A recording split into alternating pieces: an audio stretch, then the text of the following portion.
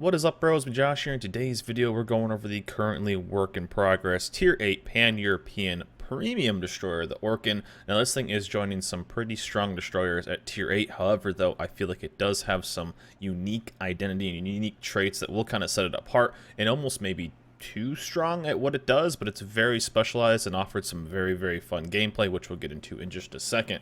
The stats overall, though, are fairly competitive at this tier, and again, let's dive into the captain because this will affect some of our skills.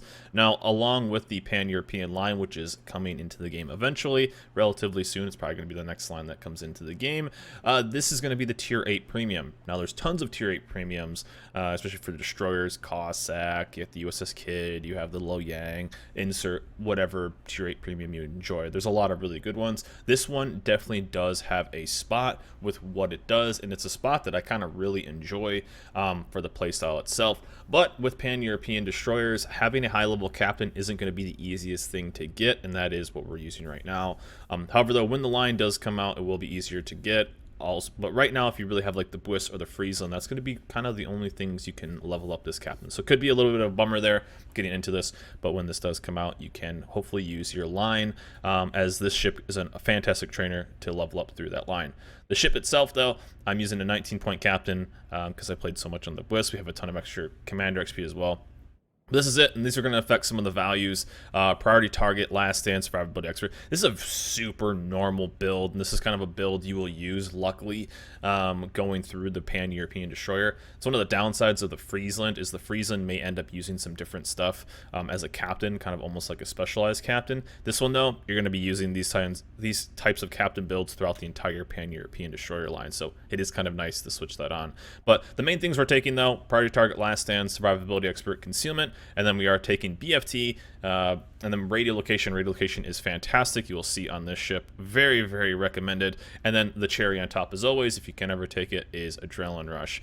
So that will affect some of the values here with BFT, as well as when we get into the game, Adrenaline Rush will also affect some of the values. So just wanted to show you that, as well as health. Modules on this, too, we are going to be using, this is a pretty standard destroyer build. We are using main armament here. Now, somebody was asking why was I not using the radar consumable. I don't like to test these ships with special consumables, so these are just standard ones. I'm using engine room. This is so good for DDs now. Aiming system, you could easily switch this up to torpedo tubes if you want. However, we'll get into the reason why that's not the best idea. Aiming system mod 1.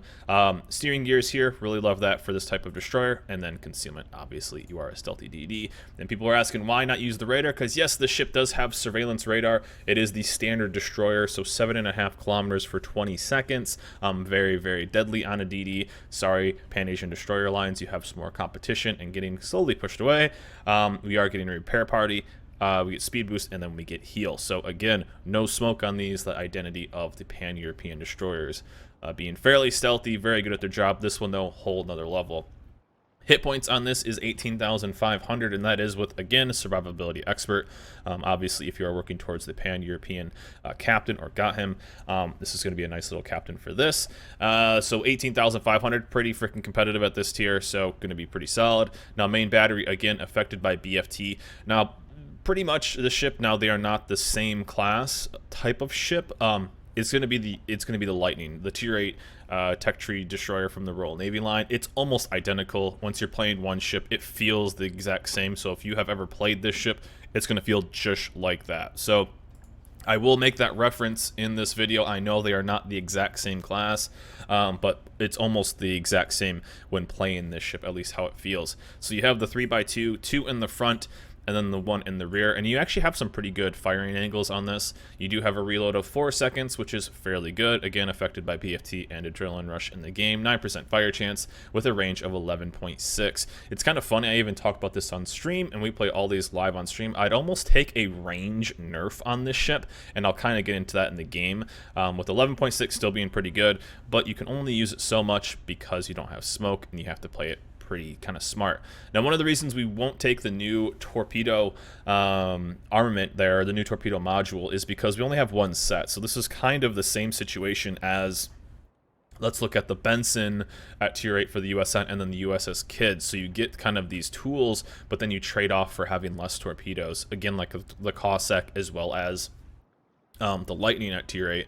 There's kind of these trade-offs. You get some other tools, but you give up some other you know, effectiveness against some ships, and this does affect the ship 100%. You have the inability to really affect big ships as much as you could with, let's say, just playing the Lightning, but you do have that really specialization of countering other destroyers, which you will see in game right away. But they are 12 kilometers and 76 knots, and kind of just like the Cossack, a fairly fast reload at 70 seconds, not quite as fast as the Cossack. AA defense, not really there. The Pan-European, kind of known as having some high AA. This one is kind of on the lower end, again, more like the Lightning. So you will blink out a couple planes, but you are not as safe as you would be with, let's say, the normal Pan-European. Maneuverability 35 knots, you do have that speed boost, and fairly agile, again, with everything. But one thing that this ship does have is the very, very low detection of 5.5 kilometers. So yes, you have a 5.5 kilometer detection with a radar, so you are almost as stealthy as the stealthiest thing at these tier or near the tiers, with mainly only a couple IGN destroyers that you completely outgun. So you have a nice 2-kilometer buffer against destroyers, as well as a heal, as well as good guns, and fairly fast torpedoes. So this thing turns into being a monster destroyer hunter, and a destroy counter, and a fear for destroyers. However, though, it does affect your ability to kind of be good against bigger ships. So let's dive into some gameplay. It's actually a pretty tough game to watch because of how it ends, but overall, I want to show you the strength of this ship and kind of the weakness that it has against bigger ships, unlike destroyers.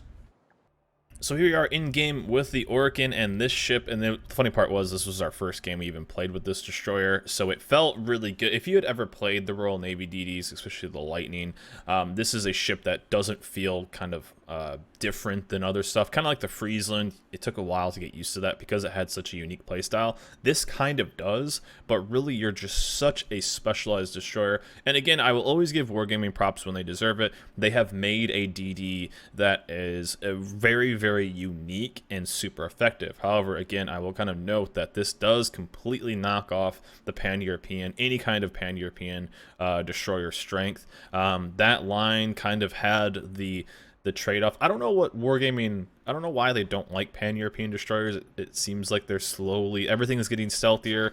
You're getting some other ships that are kind of replacing that kind of torpedo style, if you will. You're getting ships now that have radar kind of taking the jobs of the Pan-European destroyers. So again, a nice little nerf, if you will, to Pan-European destroyers. Hints and Yang kind of having a unique radar at tier 8. This is basically just a better version. Because it's much stealthier and kind of just better at that specialized role. So, a bit of a bummer for Pan-Europeans. They don't get much of a break. But again, this ship is a monster. This is actually the first game, like I said, that I played with this ship, so I thought it was kind of funny, and you'll see us rack up a bunch of kills. And this is a ship I actually enjoyed to continue to play. I love playing DDs, and I love playing destroyers that hunt other DDs, and this is exactly what this ship is good at. However, though, it does have kind of some problems going against bigger ships, and here you see us go instantly against this destroyer, and this is exactly what the ship is going to do. Again, Akazuki, I'm going to be able to outgun this ship anyway, but you have to pick your fights very carefully because you don't have smoke. So I knew I was going to take some extra damage with this New Orleans, so I'm kind of throttle jockeying, if you will, some shots right here, and luckily this guy's continuing to fire at me, but we're able to pump in that. So this ship is super effective, super effective at being able, and I actually should have not shot there, but it's super effective at being able to affect games early by getting that kill. However, though, you are able to tank a little bit more because you have that radar, or you have that heal, so your health pool is a little bit bigger. But yeah, so another ship that's also very good at being a destroyer hunter is something like the Cossack, and the Cossack doesn't quite have the weakness that this ship would have late game or even against bigger ships, because the Cossack has that smoke to kind of deal with it. So that's going using the smoke, lighting on fire, using the smoke, getting the, you know, basically having the ability to use your smoke to farm damage is something that this ship doesn't have. So you have to really pick your fights very carefully. So again, throughout the whole Pan-European destroyer, this is not a new player-friendly ship. You know, this is going to take some kind of idea of what's going on, some good map awareness, everything like that to kind of really be effective. However, though, if you are a destroyer player and you like playing destroyers, this is going to be very good. However, though, when you weigh this ship against others, you have to kind of look at what this ship is strong and what the ship does well, and this ship does what it does probably better than anything else, and that is being an anti-destroyer destroyer. It almost seems like it's too good, and I wouldn't be surprised if Wargaming kind of tones up its detection a little bit from 5.5 to maybe 5.7. And again, Yukikaze, this is it's right there with the stealthiest DDs at this tier, and again, we're gonna be able to outperform him 1 versus 1, and again, there's nothing he can really do. So, and we actually got him lit on fire, and he's going to be lit on fire for a little bit. If we get him again, we're going to have our radar in a second. So, and he actually misclicked there, so that kind of helped us out. But it's so strong at doing this. I mean, really, it's almost another kind of hit to IJN destroyers. This thing will completely shut down IJN destroyers, and this is why I really recommend, and I think it's really strong on pan-European destroyers anyway, but this is why I really recommend Royal Navy, or the radiolocation skill, because you have a couple ships that are going to out-detect you, but you don't kind of want to run in face-to-face with that, because, again, you don't have smoke to disengage, so you want to be able to get away from fights. However, though, going in against something you could radar, and radiolocation would give you that little bit of a lead there. So the ability to pop that radar with radiolocation would give you that lead. So that means most likely you'll get that first salvo and then that second salvo, and then you would have that advantage to then go into that fight. So that's why I really recommend the captain build that I'm running right now.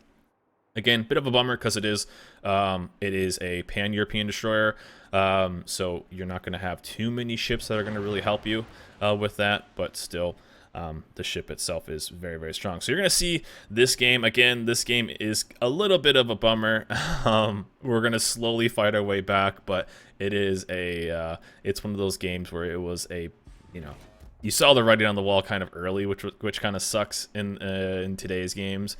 But you can also see the kind of weakness of this ship. We're 6 minutes in right now, so we have no torpedoes, and that's because you only have the one torp set. And I found with this ship that I didn't quite throw them out as much as I normally do basically, I didn't throw them out as much as I normally would because I knew I only had the one set. So I kind of sat on my torps a little bit more than I like to, and that is kind of a bummer when it comes to these types of ships. If you have seen any of the CCs or the Super Testers play the Pan-European destroyers, you know that those ships just spam out torps. So it was a little bit of a bummer for that, but still, I really enjoyed. And there were games that I went out, and you want as many destroyers as possible. So the max amount of DDs is the best, and you really kind of want the more. So we had 4 destroyers on each side this game. That's kind of like almost the perfect matchmaking.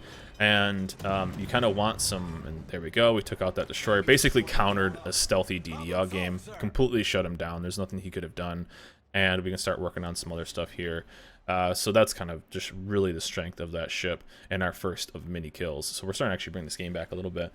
But this ship, though, talking about its strengths, it's pretty crazy. It really is. Like if you look at maybe the strengths of this ship, having a 5.5 kilometer detection, so one of the lowest at this tier and really in the game for this range, outside of just a couple IGN destroyers, this ship is super, super scary for if you are playing against it. Imagine being in a Yugumo or a Hirakaze. Not only are you going to almost get detected by a ship that can outgun you, you are also going to completely get wrecked by its guns, and then they have radar if you go dark. That's a whole nother kind of level of scariness, if you will. There's not really anything else at this tier that can kind of do that. The Hints and Yang kind of can, but you at least get out-detect, or you can at least out-detect it, and really just be effective that way. Now you have the Cossack and stuff like that, which are also very scary. There's kill number 2 for us, but you don't have to worry about their radar. So what does the radar do? The radar opens up the ability for other ships to be able to then put damage on you. And you can do that really without even being detected because of using that radar. If you guys remember back in the day when Yu Yang radar was kind of the go-to radar, it was not so much the Yu Yang doing the damage, but the Yu Yang, and here you can see the amazing fire angles on this ship. The Yu Yang is able to really kind of get in there, get into spots, and then make the other team do all those kills. And this was kind of a bummer right here. Again, a situation where the weakness of smoke. Again, I'm trying to find these other destroyers.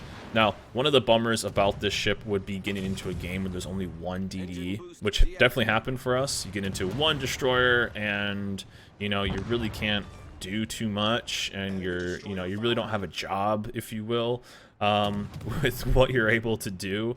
So you're kind of just awkwardly gunning and awkwardly going for that one torp hit. So the ship does definitely have some trade-offs here with the inability to be super effective against bigger ships, but you will see us kind of make it work. But imagine if we were in, let's say, a lightning right now, or especially at this point because we only have the one radar left, and imagine if we had smoke. Imagine how much more we could do, and you'll see us actually get into a little bit of gunboating here. But and there's kill number 4. Don't worry, many more to happen, but you definitely do feel the weakness late game. And what I mean by that is its ability to kind of not really pump out torps. Even if I was in a Cossack, with the Cossack you could kind of set up and farm a ton of damage. You could kind of get into a spot where you could maybe do a bit more damage, or just launch out more torps, or faster reload on torps, yada yada yada. There's really only so much you can do when it comes to this ship, and but what the ship does have is that radar. So it's just so effective at being a nasty tool. And again, if you are a destroyer player, you are really going to kind of enjoy it. Again, there you saw our AA didn't really do anything. That is one thing that's kind of amazing for the pan-European destroyers, is its ability to just be super effective. And we did end up hitting them, which was kind of crummy there. We hit him once, and our lion was just full life a second ago, but he went broadside to a battleship. So that's kind of the pattern on the wall of this game. But here you're going to see us kind of push in. Again, this is a ship only this could do, or the USS Black, or the Pan-Asian destroyers. Having that radar and having that strength is just, it's such a luxury when it came to this. So pushing in, and this is always the worst thing too, because it is the shorter range, but the WIP is pushing in here. I am able to kind of get damage done on him. And the bummer is we don't really get rewards when it comes to this, but we would have not only gotten our Kraken right there, but I think we would have got our devastating strike, or our double strike right here. We don't get him with the test ships. We're up to 6 kills again, basically taking out, I don't know if we killed all of their DDs this game, but at least I think we killed some of them. And the secondary is popping off on this guy. I've decided to go dark again. If I was in a ship that had smoke, I could just work this down so much faster, and been able to do a ton more damage. And there we go, you're gonna see the weakness as well. Not that, let's say, like the other tier 8 destroyer from the Pan-Asian or Pan-European line would have been able to do anything, but still knocking out a couple planes.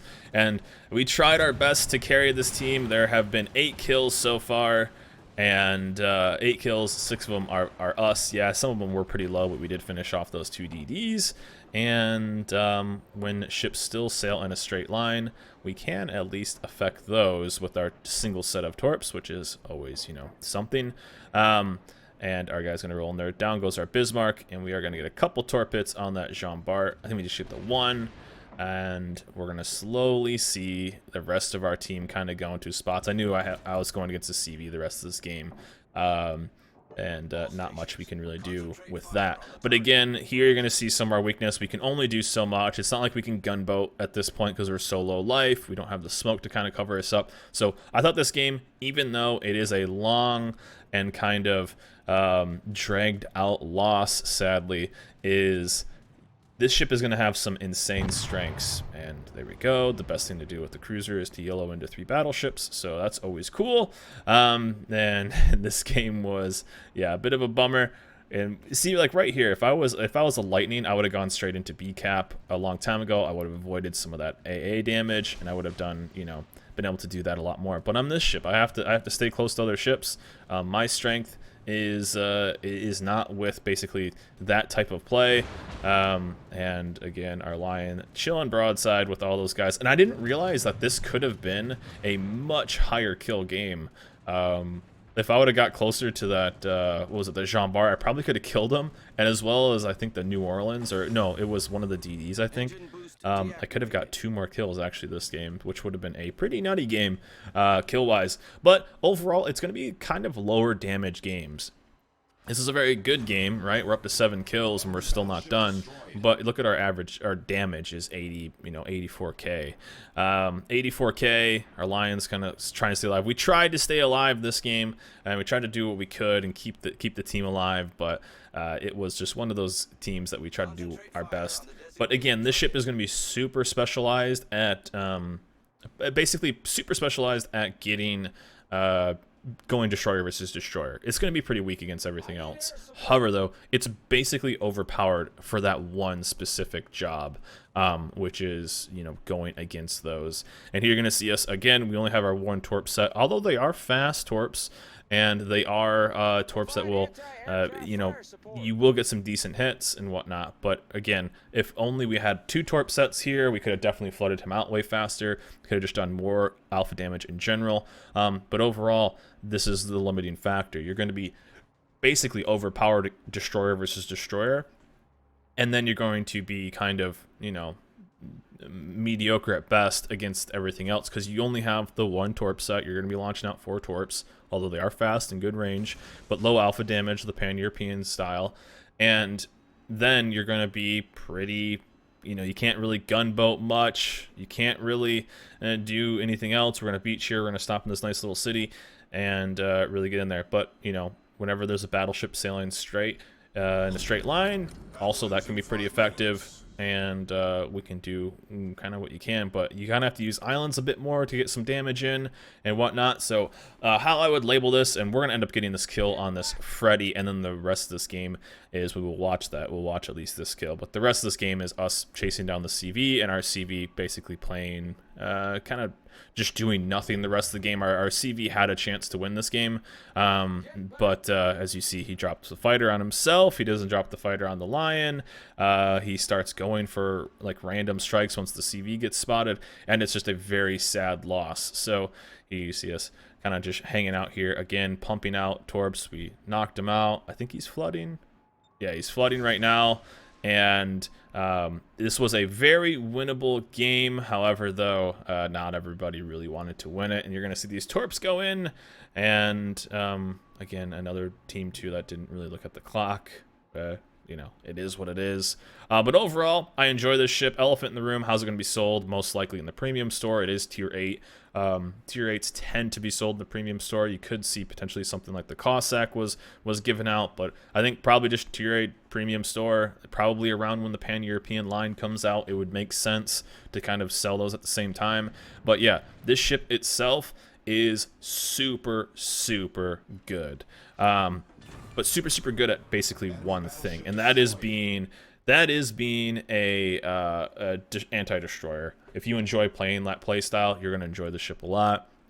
But you are going to have weaknesses, and the weaknesses are going to be against bigger ships. Now you just saw us basically get 2 big kills on those ships, but yeah, they sailed in a straight line. Not everything will, and you're going to have some weaknesses, right? Like I'm basically just chilling around. If I was a smoke destroyer, I would obviously be way more effective against everything. And the rest of this game is a bit of a bummer, so we'll just tab out from all of this and get done with it. But overall, this ship is pretty dang fun. I enjoy playing it myself. I don't know, it is still work in progress, so these stats are subject to change. It could change. I could imagine they would either affect the gun reload on this ship. I think they'll keep the torps as it is, but affect the gun reload, maybe make it a little bit slower, or affect the detection on it. The detection is very low. However, though, I don't know how much of that it's going to affect this ship's effectiveness because its average damage is probably going to be a little bit lower, but it's just going to be so specialized. So is it good to have something that's that strong at that specific thing? I'm not sure. But overall, I enjoy this ship a lot. I love anti-destroyer play, and this is something that is super, super dangerous. Not only having that concealment, but also that radar. But anyways, guys, that's it for me. Hope you guys enjoyed this video. Remember, like, subscribe, and I'll see you guys next time.